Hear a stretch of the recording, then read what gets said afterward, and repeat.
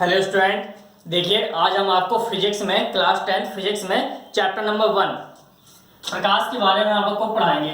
देखिए जो इसकी फर्स्ट यूनिट है इसमें आपको पढ़ना है प्रकाश, परावर्तन तथा अपवर्तन। मतलब प्रकाश की दो प्रॉपर्टीज होती हैं, गुण होती है प्रकाश का, परावर्तन और अपवर्तन, लाइट रिफ्लेक्शन एंड रिफ्रैक्शन। इसके बारे में हमें आज आपको पढ़ना है। तो देखिए सबसे पहले हमें ये जानकारी होनी चाहिए कि प्रकाश होता है। आप 10th क्लास से पहले क्लास 8th में क्लास 7th में प्रकाश के बारे में पढ़ चुके हैं। तो देखिए प्रकाश, सबसे पहले हमने हेडिंग डाल दी यहाँ पर लाइट। ये होती क्या है? तो प्रकाश एक प्रकार की ऊर्जा है। प्रकाश एक प्रकार की ऊर्जा है जो हमारी आंख की रेटिना को उत्तेजित करता है। आंख की रेटिना को उत्तेजित करता है जिसके फलस्वरूप हमें वस्तुएं दिखाई देती हैं। अधिक प्रकाश क्या होता है कि आपने देखा होगा कि या महसूस किया होगा, जो सूर्य का प्रकाश होता है वो क्या होता है कि जब कहने का मतलब सूर्य से प्रकाश की किरणें हमारी आंखों पर पड़ती हैं तो हमारी आंखों की जो रेटिना है, आंख के अंदर का भाग एक रेटिना होता है, तो रेटिना को उत्तेजित करता है जिसके कारण से हमें सामने वाली वस्तु दिखाई देती है। उस वस्तु का प्रतिबिंब हमारी रेटिना पर बन जाता है। तो कहने का मतलब प्रकाश जब हमारी आंखों की रेटिना पर पड़ता है तो आंखें एक्टिव हो जाती हैं, मतलब क्रियाशील हो जाती हैं, उत्तेजित हो जाती हैं जिसको बोलते हैं। ठीक है, तो उससे के कारण से, उस प्रकाश के कारण से हमें वस्तुएं दिखाई देती हैं। यहाँ पर प्रकाश की एक ऊर्जा बताया गया, मतलब प्रकाश क्या होती है? एक प्रकार की ऊर्जा होती है। ठीक है, तो प्रकाश एक प्रकार की ऊर्जा है जो हमारी आंख की रेटिना को उत्तेजित करता है जिसके फलस्वरूप हमें वस्तुएं दिखाई देती हैं। अब देखिए जब प्रकाश की डेफिनेशन हो गई तो इसके बाद आता है प्रॉपर्टीज ऑफ लाइट, यानी प्रकाश के गुण, प्रॉपर्टीज ऑफ लाइट। अब प्रकाश में गुण क्या क्या होते हैं, विशेषताएं क्या क्या हैं? देखिए तो प्रकाश के निम्नलिखित गुण हैं जो हमने यहाँ पे नीचे लिख दिया है। तो सबसे पहले है कि प्रकाश विद्युत चुंबकीय तरंगों के रूप में गति करता है। इलेक्ट्रिक मैग्नेटिक बीम विद्युत चुंबकीय तरंगों के रूप में गति करता है। अब देखिए प्रकाश है तो एक ऊर्जा, लेकिन जब वो आगे बढ़ता है तो एक तरंग के रूप में, बीम के रूप में गति करता है। कहने का मतलब पुंज के रूप में गति करता है, और जो तरंग है उसको हम बोलते हैं विद्युत चुंबकीय तरंग, इस रूप में गति करता है। ठीक है, दूसरी प्रॉपर्टीज है कि प्रकाश के संचरण के लिए माध्यम आवश्यक नहीं होता है, यानी निर्वात में भी संचरित होता है। अब देखिए यहाँ पर एक शब्द लिखा हमने निर्वात। तो सबसे पहले आपको ये जानकारी होनी चाहिए कि निर्वात होता क्या है। देखिए हम आप लोग जैसे पृथ्वी पर रहते हैं तो हम यहाँ पर बोल रहे हैं और सामने वाला स्टूडेंट हमारे सामने बैठा है तो हमारी आवाज़ उस तक पहुँच रही है। तो उसका कारण क्या है? ये जैसे हम आप घर पे रहते हैं तो हम आप एक दूसरे से बातें कर लेते हैं, तो उसका कारण क्या है कि हमारे चारों ओर वायुमंडल उपस्थित है। वायुमंडल उपस्थित है तो हमारे मुंह से जो ध्वनि तरंग निकलती हैं वो वायुमंडल में जाती हैं, और वायुमंडल एक माध्यम बन जाता है। माध्यम के कारण से सामने वाले दूसरे व्यक्ति के कानों तक वो ध्वनि तरंगें पहुँच जाती हैं। तो अगर यही हम अंतरिक्ष में बोलें, मान लीजिए अंतरिक्ष में है और एक व्यक्ति दूसरे व्यक्ति से बात कर रहा है तो वो बात नहीं कर सकता है क्योंकि वहां पर वायुमंडल नहीं है। यानी हमारे कहने का मतलब ये है कि ध्वनि को संचरित होने के लिए माध्यम की आवश्यकता होती है। कि ध्वनि जब एक स्थान से दूसरे स्थान पर जाएगी तो उसे एक माध्यम चाहिए। ठीक है, मीडियम चाहिए, या तो वो माध्यम वायु हो या जल हो या कोई ना कोई माध्यम हो। लेकिन जो प्रकाश होता है इसके संचरण के लिए माध्यम की आवश्यकता नहीं होती है। अब जैसे हमने यहाँ पर एक शब्द बताया वैक्यूम में निर्वात। निर्वात उसे कहते हैं जहां पर वायु ना हो, मतलब ऐसा स्थान जहां वायु ना हो उसे निर्वात या वैक्यूम कहते हैं। तो प्रकाश संचरण के लिए माध्यम आवश्यक नहीं होता है। अब देखिए जब प्रकाश पृथ्वी पर आता है तो वायुमंडल मिल जाता है तो उसे वायुमंडल के कारण से वो आगे बढ़ जाता है। लेकिन जरूरी नहीं है कि प्रकाश को अगर माध्यम नहीं मिले तो वो आगे नहीं बढ़ पाए, क्योंकि आप देखते हैं कि इसका सीधा या साक्षात प्रमाण है कि सूर्य से प्रकाश की किरणें आती हैं तो बीच में अंतरिक्ष एक स्पेस, बहुत खाली स्थान पड़ता है। तो खाली स्थान जब पड़ता है तो वहां से कोई माध्यम भी नहीं है वहां पर, लेकिन फिर भी सूर्य की किरणें वहां से आती जाती हैं। ठीक है, लेकिन ध्वनि को संचित होने के लिए माध्यम की आवश्यकता होती है। प्रकाश को संचित होने के लिए माध्यम की आवश्यकता नहीं होती है। प्रकाश निर्वात में भी संचरित होता है। तो दूसरी प्रॉपर्टी जिसकी हो गई।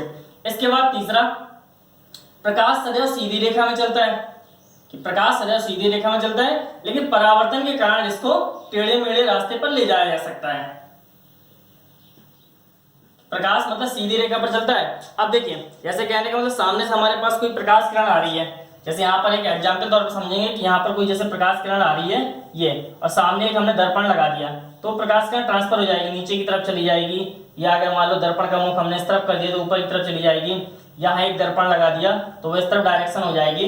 ठीक है, तो कहने का मतलब है कि प्रकाश के संचरण के लिए माध्यम की हमारा कहने का मतलब यह है कि जो प्रकाश होती है, हाँ प्रकाश सदैव सीधी रेखा में गति करता है, लेकिन परावर्तन के कारण से उसको टेढ़े मेढ़े रास्ते पर ले जाया जा सकता है। ठीक है, अब देखिए इसके बाद चौथा नंबर प्रकाश का जो गुण है उसका चौथा नंबर कि निर्वात में प्रकाश की चाल, यानी ऐसा स्थान जहां वायु ना हो तो निर्वात में प्रकाश की चाल 3 × 10⁸ मीटर प्रति सेकंड होती है। मतलब 3 × 10⁸ मीटर प्रति सेकंड, या हम इसको कह सकते हैं 3 × 10⁻10 सेंटीमीटर प्रति सेकंड। ये प्रकाश की चाल होती है, क्योंकि 1 मीटर में 100 सेंटीमीटर होते हैं तो 2 तो जीरो और बढ़ जाएंगे।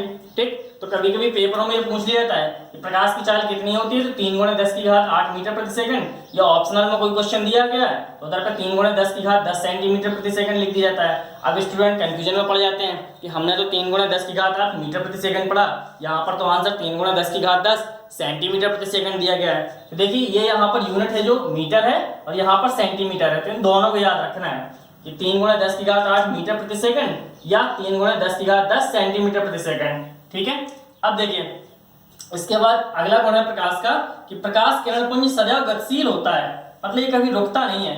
अगर प्रकाश की किरणें निकली हैं तो उसकी जहां तक क्षमता है वहां तक जाएंगी, कभी बीच में रेस्ट नहीं लेंगी, ये विश्राम नहीं करेंगी कि रुक लिया थोड़ा। ठीक है, तो प्रकाश किरण पुंज या एक प्रकाश की किरण है या प्रकाश किरणों का बहुत समूह है। अब एक प्रकाश की किरण को तो कभी देखना पॉसिबल ही नहीं है, टॉर्च से या सूर्य के प्रकाश, सूर्य से जो किरणें निकलती हैं या बल्ब से किरणें निकलती हैं या हमारे घर पे जो एलईडी लगी है उससे किरणें निकलती है, तो उसमें बहुत सारी लाइट की किरणें निकलती हैं, प्रकाश की किरणें निकलती हैं। एक किरण को निकलती तो एक किरण ही है, लेकिन उनको देखना पॉसिबल नहीं है। तो ये जो प्रकाश किरण पुंज होता है ये सदैव गतिशील होता है, हमेशा गतिशील होता है, ये रुकता नहीं है। ठीक है, तो ये इसकी प्रॉपर्टीज हो गई। अब देखिए इसके बाद अगला टॉपिक है कि प्रकाश स्रोत के आधार पर वस्तुएं, कि प्रकाश स्रोत के आधार पर वस्तुएं, जैसे मतलब प्रकाश स्रोत कि किन से प्रकाश उत्पन्न होता है और किन से प्रकाश उत्पन्न नहीं होता, उसके आधार पर वस्तुओं को दो भागों में बांटा गया है। जैसे एक होता है नंबर 1 में प्रदीप्त वस्तुएं, इंग्लिश में बोलते हैं ल्यूमिनस बॉडीज। अब देखिए प्रदीप्त वस्तुएं क्या होती हैं, प्रदीप्त ल्यूमिनस बॉडीज मतलब ऐसी वस्तुएं जो प्रकाश स्वयं उत्पन्न करती हैं, ऐसी वस्तुएं जो प्रकाश स्वयं उत्पन्न करती हैं उन्हें हम प्रदीप्त वस्तुएं ल्यूमिनस बॉडीज कहते हैं। अब देखिए सूर्य जो होता है, सूर्य ये प्रकाश स्वयं उत्पन्न करता है। बल्ब है, बल्ब में जब विद्युत धारा प्रवाहित की जाती है तो यहाँ से ही प्रकाश उत्पन्न होता है। मोमबत्ती जब जलाया जाता है तो इससे ही प्रकाश निकलता है। दीपक को जलाया जाता है इससे ही प्रकाश निकलता है। और एलईडी के बल्ब सबके घरों में हो गए तो इसको भी जब जलाया जाता है तो इससे भी प्रकाश निकलता है। यहाँ पर जो सूर्य है ये प्राकृतिक प्रकाश स्रोत है, ठीक है, नेचुरल ल्यूमिनस बॉडीज है। और बाकी सब ये मानव निर्मित है, कृत्रिम है, ठीक है, ह्यूमन बीइंग्स हैं ये। ठीक है, तो प्रदीप्त वस्तुएं वे होती हैं कि जो स्वयं प्रकाश उत्पन्न करती हैं, जो स्वयं प्रकाश उत्पन्न करती हैं उन्हें प्रदीप्त वस्तुएं हम कहते हैं। ठीक है, अब इसके बाद पेपरों में ये कभी कभी पूछ दिया जाता है कि मोमबत्ती ये प्राकृतिक प्रकाश स्रोत है या कृत्रिम, तो ये क्या है, नेचुरल है, प्राकृतिक है। मोमबत्ती सॉरी नेचुरल नहीं, ह्यूमन बीइंग्स है, कृत्रिम है ये। ठीक है, क्योंकि इसको भगवान ने नहीं बनाया, इसको मानव ने बनाया, ये सूर्य को मानव ने नहीं बनाया है। ठीक है, तो सूर्य नेचुरल है और ये ह्यूमन है, ठीक है, मानव निर्मित है। इसके बाद अगला टॉपिक आता है नॉन ल्यूमिनस बॉडीज या अदीप्त वस्तुएं। एक हो गया प्रदीप्त वस्तुएं, एक हो गया अदीप्त। अब देखिए प्रदीप्त है तो इसको हम केवल दीप्त भी कह सकते हैं, दीप्त और अदीप्त वस्तुएं। ठीक है, तो ये दीप्त हो गया। अदीप्त देखिए नॉन ल्यूमिनस बॉडीज। अदीप्त वस्तुएं क्या होती हैं कि ऐसी वस्तुएं जो स्वयं प्रकाश उत्पन्न नहीं करती पर उन पर प्रकाश पड़ जाए या किसी दूसरे प्रकाश के कारण वो दिखाई देती हैं। कि ऐसी वस्तुएं जो स्वयं प्रकाश उत्पन्न नहीं करती लेकिन किसी दूसरी वस्तु के प्रकाश के कारण से वो दिखाई देती हैं, तो ऐसी वस्तुएं अदीप्त वस्तुएं कहलाती हैं। जैसे मेज, अब आप सभी के घरों में मेज कुर्सी होगी, तो मेज कुर्सी में क्या होता है, देखिए जैसे हम घर में बल्ब जलाते हैं रात के समय, बाई चांस बल्ब जला दिया तो घर के अंदर का सारा सामान हमें दिखने लगता है, जो भी चीज़ हमें ढूंढनी है, कोई भी वस्तु है, लाइट जला देंगे हर एक चीज़ दिखने लगेगी, मेज हो गई, कुर्सी हो गई, दीवार हो गई, पेड़ पौधे हो, कुछ भी। ठीक है, अब जैसे चंद्रमा, अब आप लोग सोच रहे हैं मुझे चंद्रमा है ये तो खुद प्रकाश उत्पन्न करता है, ये कैसे अदीप्त वस्तु में आ गया। अब देखिए जो चंद्रमा होता है, चंद्रमा उसके पास स्वयं का प्रकाश नहीं होता है। आपने बचपन में पढ़ा होगा कि वो सूर्य के प्रकाश के कारण चमकता है।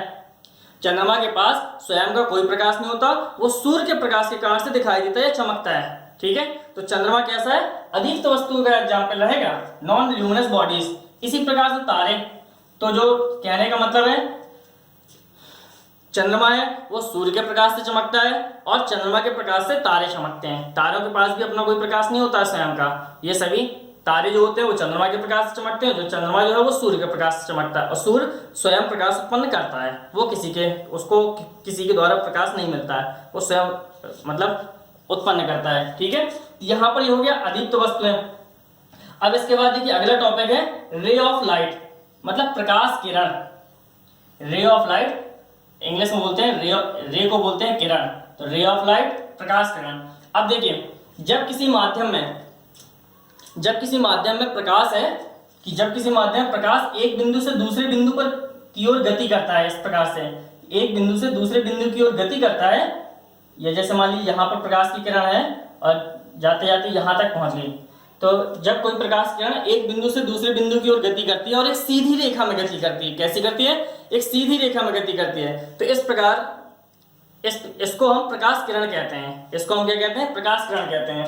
और एक ही दिशा में जाने वाले प्रकाश किरणों के समूह को प्रकाश किरण पुंज या बीम ऑफ लाइट कहते हैं, कि एक ही दिशा में जाने वाले प्रकाश किरणों के समूह को बीम ऑफ लाइट कहते हैं। इस प्रकार से एक प्रकाश किरण ये है, दूसरी प्रकाश किरण ये है, तीसरी प्रकाश किरण ये है, इसके बाद इस प्रकार के जो समूह होते हैं इनको हम क्या कहते हैं, बीम ऑफ लाइट कहते हैं। ठीक है, अब देखिए